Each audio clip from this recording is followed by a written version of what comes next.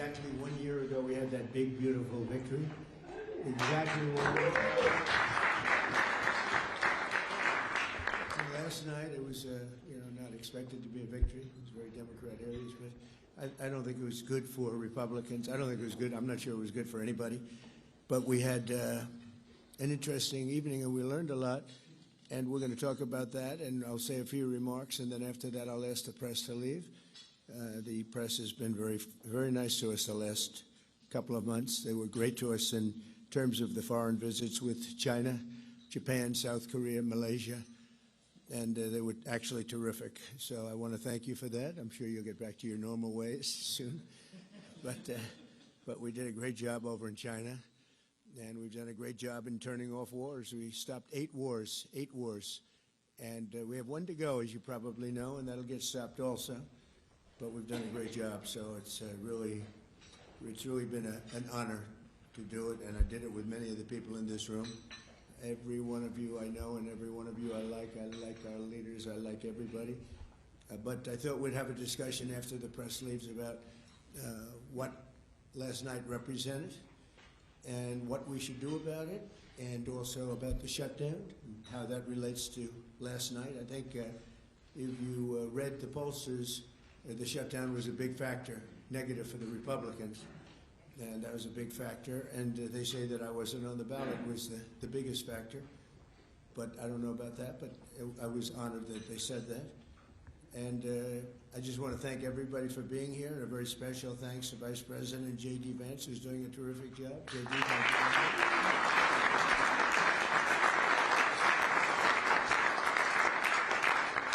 As well as the Senate leadership team that has been working very hard, working really, I will tell you, nobody's working any harder representing the American people, including Senator John Thune. John, thank you. Great job.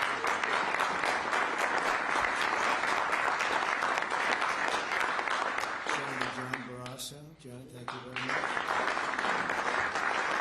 Senator Tom Cotton, wherever you may be. Tom, thank you. Thank you, Tom. Thank you. Senator Shelley Moore Capito, who's been very involved. Thank you, Senator James Langford from one of my favorite states, 77 out of 77. I always say 77 out of 77. Reagan was 56. That was the record. We got every one of them. Thank you, James. And a fantastic friend of mine and an incredible advocate during the election a year ago, Tim Scott. Thank you, Tim. So as you know, we are in the midst of a disastrous Democrat-created government shutdown, and it is Democrat-created, but I don't think they're getting really the blame that they should. That's now officially the longest shutdown in American history. The Democrat radicals in the Senate have shown zero interest in reopening the government, and I don't think they'll act so soon. A lot of people disagree. I've been saying for the last 30 days, we've had 4 or 5 different points. Yes, sir, they're going to get it right now. We should have it done in a day. I've heard that about 4 times. I heard it after Kings. They said I was a king. And I heard it after Kings. I heard it after a couple of other moments in time. And I said, no, I don't believe so. And now I heard it's after the election. I don't believe so. I think they will. I think they're kamikaze pilots. I just got back from Japan. I talked about the kamikaze pilots. I think these guys are kamikaze. They'll take down the country if they have to. So I don't think so. Millions of Americans are going to be without SNAP benefits. And I will say about SNAP benefits, so when I was president, we had $7 billion worth, and now they have many times that, because these benefits were given to anybody that asked. And they're up to, I hear, just many times, $47 billion. So it wasn't the purpose of SNAP. That was for people that really had problems, down and out, people that really had problems. But during Biden, they gave it to anybody that wanted it. I think it's something you have to talk about because the numbers are incredible. But countless public servants are now not being paid, and the air traffic control system is under increasing strain. We must get the government back open soon, and really immediately. We have to get it up. We have the hottest economy we've ever had, and it's affecting the stock market now a little bit. But the stock market, as of Friday, has hit many record highs during the last 9 months, many. And it will, again, this is just the beginning, because when these plants that are being built right now start opening up, we've never had anything like this. There's a boom. There's a construction boom right now, but that's going to be bigger than that. That's going to be an economic boom as soon as they open up, and it's going to be something special. We have car companies coming in. When I was in Japan, Toyota, Mr. Toyota, I said, "What's your name?" "Toyota." I said, "Oh, you're rich." I said, "How much of the company do you own?" 92.1%. I said, "I'm glad you said the one. He wants to be there." I said, "You're a rich guy." And he said, "I'm investing $10 billion in the U.S. And you know who I'm talking about, right? You introduced me, Mr. Senator. You introduced me originally when you were the ambassador to Japan. He's still good. He's still strong. But he had no interest in investing in this country. Now he's investing $10 billion as of 1 week ago in building new plants. We have auto plants coming in incredibly, but we have AI and all of them. And we can't be extorted to give $1.5 trillion to people that came into the country illegally, many from prisons, many drug dealers. A lot of people came in from mental institutions. They want to give a lot of money to the people that came in illegally. We have to get them out. We can't, no country can sustain that. That's not like an attack on our country. In no country, these are not going to be productive people. These are going to be anti-productive people. And we can all have big hearts. I have a bigger heart than anybody, but we can't let that happen. It's time for Republicans to do what they have to do, and that's terminate the filibuster. It's the only way you can do it. And if you don't terminate the filibuster, you'll be in bad shape. We won't pass any legislation. There'll be no legislation passed for 3.25. We have 3.25 years, so that's a long time. But when they can't do an extension, and John, I think they've done an extension every single time they've ever been asked forever. This is the first time they haven't done an extension. Extensions are supposed to be easy, but if they won't do an extension, they won't do any bill, even a simple bill.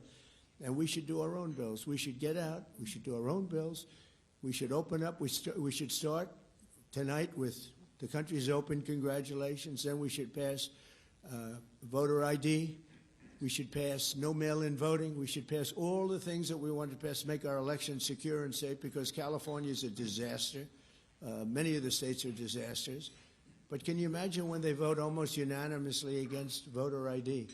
All we want is voter ID. You go to a grocery store, you have to give ID. You go to a gas station, you give ID. But for voting, they want no voter ID. That's only for one reason, because they cheat. We would pass that in 15 minutes. If you don't get it, you'll never pass that. You'll never talk about mail-in ballots. Mail-in ballots make it automatically corrupt. If you have mail-in ballots, automatically it's correct. Even Jimmy Carter, they had the Carter Commission after he got out of office, and he had a group of very distinguished people, Democrats and Republicans, and they passed, they recommended things take place. It was a long time ago. And they said about mail-in ballots, if there is mail-in ballots, there will definitely be corruption, because, you know, they pass through too many hands. I mean, you go in to vote, and they want your card. Even me, I went into Palm Beach. You go in to vote, they want your card, you're this, you're that. They say, "I'm sorry to do this, sir, but I have to look at your identification." I said, "That's all right. I love that." But, you know, you're really not going to get away with much. It was very, very professional, very good, and the way it's supposed to be. But these people don't want that. They have legislation in California where it's illegal to ask somebody for voter ID. If you ask somebody for voter ID, if you're an official, and you say, "I'd like to see your voter ID," they can arrest you, okay?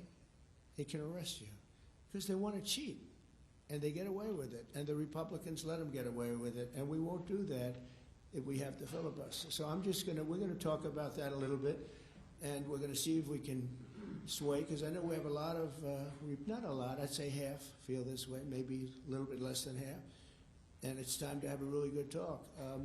If I thought that they weren't going to pass the filibuster, I wouldn't even bring it up. They're going to pass it within the first hour. If they take power, and it's more likely that they take power if we don't do it, because we're not going to be passing any legislation. They're not going to approve anything. We're going to go 3.25 years. There won't be one bill that we're going to pass. Because the easiest thing to pass is exactly right now what they won't pass. And they'll do that, and they'll wreak havoc. But let's assume they get it. They're doing it anyway, so it wouldn't matter. They're doing it anyway.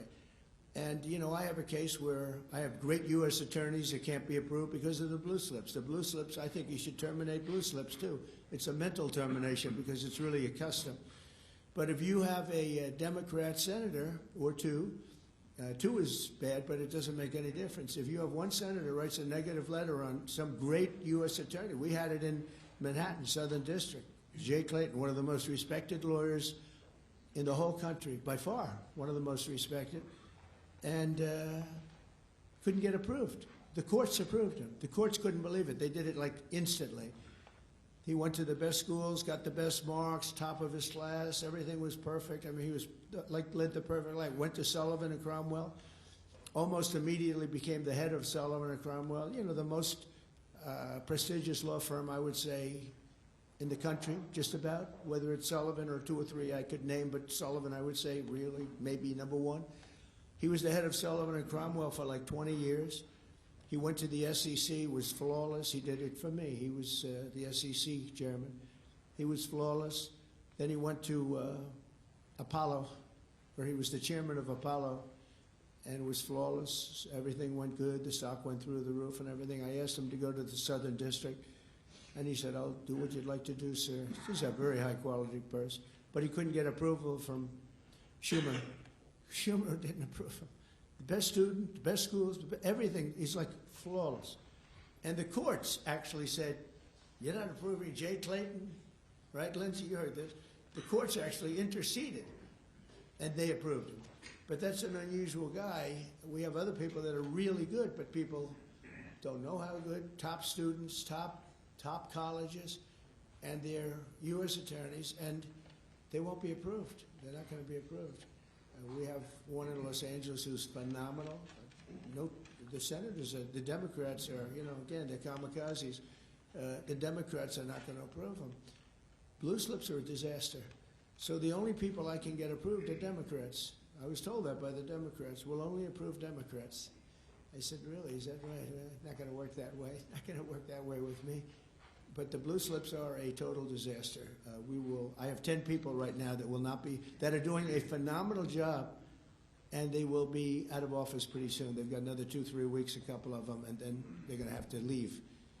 And it's actually a blight on their record because, you know, nobody knows why they left, but it looks like they served 8 weeks and then they had to leave. But they're not going to get the approval because the Democrat, radical left lunatic senators are saying you can't, we're not going to approve you. And if we're not going to approve you, I had actually one Republican who got 2 great letters, but it turned out that he was a rhino, but that was a nice term for him. Now, he got 2 letters of approval, and when I said 2 Democrats approved him, I had to fire him because I figured if 2 Democrats approved him, they wrote the most beautiful letters. I found out, man, this is strange. And he was no good. I fired him. He was really not much of a Republican. The recommendation of that one wasn't such a good recommendation. Someday I'll tell you who recommended him, but it wasn't exactly the best. But when I saw 2, you know, when I saw the 2 senators from Virginia gave him glowing marks, Tim, I said, let me see this. I read the most beautiful letters I've ever seen. I said, I called him up. I said, sorry, you're fired. Get the hell out of here. And but it's a horrible thing. Blue slips is a horrible thing. Because I have the right to pick judges, and I have the right to pick U.S. attorneys, and this takes away the right from me. And I think we're going to go to court on it, and, you know, we'll see what happens in court. But it gives the president, it takes away the right of the president to pick people to serve on the court and to serve as U.S. attorneys, which is very important. But the biggest thing is the filibuster. We have to get the country going. We will pass legislation at levels you've never seen before, and it'll be impossible to beat us. By the way, if they do, they're going to do it anyway, and they are going to immediately do the filibuster. And when they do the filibuster, they're going to pack the court. They want at least five justices. Now I hear it's up to 5. I actually heard up to 7 and up to 9, okay?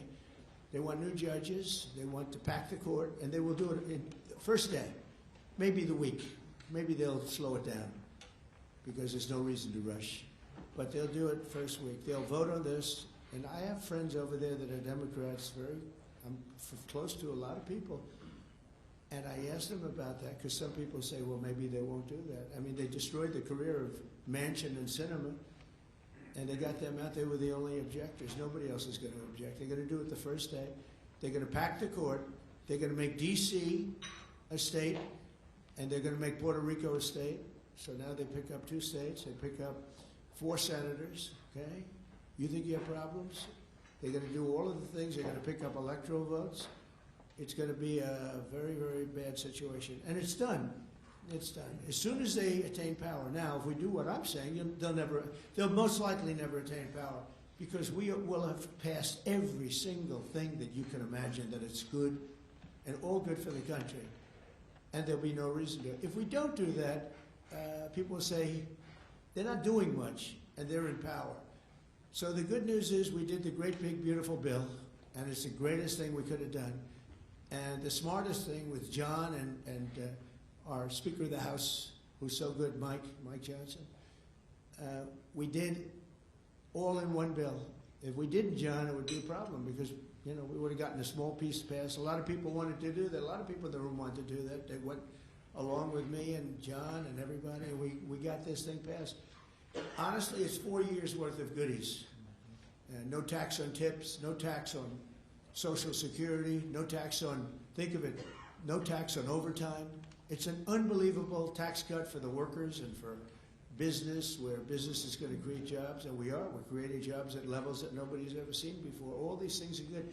We have to be able to get the word out. If we don't get the word out, we're making a very big mistake. So I have this long, beautiful, and very boring speech. I won't bother reading it, but because we can just start talking. And I think it's very important. We have to get the country open, and the way we're going to do it this afternoon is to terminate the filibuster. And it's possible you're not going to do that. And I'm going to go by your wishes. You're very smart people. We're good friends. But I think it's a tremendous mistake, really. It would be a tragic mistake, actually. It's time. It's time. If I thought they weren't going to approve, I'd sort of be with you. It'd be fine. I'd be neutral to with you. But knowing that they're going to pass it as soon as they get any semblance of control, they'll pass it first thing, then it's like we have to do it first. And we have 2 years, and we'll end up with 2-3 years, and we'll have this country so perfect. We will have passed more legislation than any Congress and any group of senators or a group of congressmen. And we will get it through. They'll send it to us. We'll send it to them. It'll be a beautiful machine. Otherwise, we're just going to sit around and argue with these people all day long. And they're highly unrealistic, highly unrealistic. Many of them are radical left subversives, frankly. So I want to thank everybody, and we're going to talk. And I want to thank the press for treating us so really well for that foreign trip. It was an amazing, we had just an amazing meeting. Don't forget, 2 months ago, it looked like the whole world was in trouble over rare earth. And that's no longer even a subject that people talk about. It was all worked out very quickly. Without tariffs, I couldn't have done it. I put a 100% tariff on China. As soon as I heard it, within 20 minutes, I put a 100% tariff on China. When President Xi, who's really a friend of mine, as much as he can be a friend, he's a tough man. He's a tough man. Smart man, actually. Very smart. The press doesn't like it when I call him very smart. They think I'm not supposed to call him smart. But at least 1.4 billion people, without question. In fact, during the meeting, we were there. A couple of you were there, and some of you saw it. So he's here, and he's got about 6 people on each side. And every one of those people was standing like this. They were at attention. And I made a comment to one of them, and I got no response. I said, "Are you going to answer me?" I got no response. And President Xi didn't let him have any. So if there's any question, I said, I want my cabinet to behave like that. That's I'm demanding that I want them sitting up like that, Tim, just nice and straight. I never saw posture like that. I've never seen men so scared in their lives. They have the equivalent of a vice president. He was, I said, "Are you going to answer my question?" And he's like, he doesn't move. I said, "What's wrong with this guy?" "I will answer all questions." Why don't you behave like that? JD doesn't behave like that. JD buds into conversations. I want to have that for at least a couple of days, okay, JD? We'll keep you long term, but a couple of days of that would be very, very nice.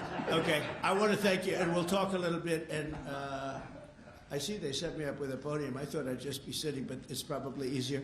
I want to thank you all very much. Thank you to the press, and you can go, and we'll speak to you later. Thank you. I'm going to Miami to make a speech today at a big group, and we have a nice big crowd, and we'll see you there. A lot of you are traveling down with me. Thank you very much.